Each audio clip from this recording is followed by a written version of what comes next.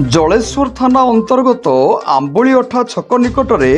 Police चढ़ऊ करी 283 gram brown sugar समेत 2 जन बेपारी को गिरफ्त करी आज अपराह्न कोर्ट चालाण करिछि। जबत ब्राउन सुगर आनुमानिक मूल्य 28,30,000 टंका हेबो बोली जलेश्वर थाना परिसर रे आयोजित सांबादिक सम्मेलन रे बालेश्वर एसपी सागरिका नाथ सूचना दैछन्ति। सूचना अनुसार गतकाली संध्या समय एक बाइक रे जलेश्वर भोगराई अंचल को ब्राउन सुगर चालाण होथिबा नै जलेश्वर पुलिस कौनसी सूत्ररु खबर पाई आंबुलीअठा छक निकटरे चढ़ाऊ करिथिला। यही चढ़ाऊ फल 283 ग्राम ओजन ब्राउन सुगर समेत जड़े 26 वर्ष युव बेपारी को अटक रखी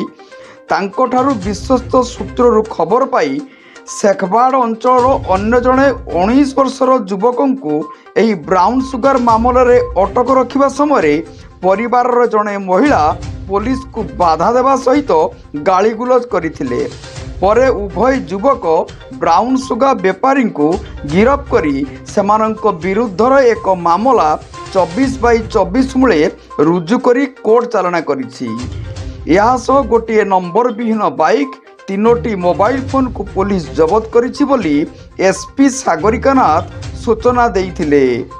जलेश्वर सुकुमार रणांक रिपोर्ट जनता एक्सप्रेस। गतकाली संध्या 5टा पाखापाखि क्रेडिबल सोर्स इनफर्मेशन पाई जलेश्वर रेडिंग टीम आंबुलीअठा पाखे नाका लगे बेस्ड ऑन विच से जड़े 26 वर्षीय व्यक्ति पाखापाखि 283 grams brown sugar concession exclusive position seize कर या बाद आमर से जो फर्दर इंटरोगेशन जाना पड़ा कि शेखबाद एरिया रो जड़े सोर्स अच्छा based on which second raiding team आम कन्स्टिट्यूट कर रेड करते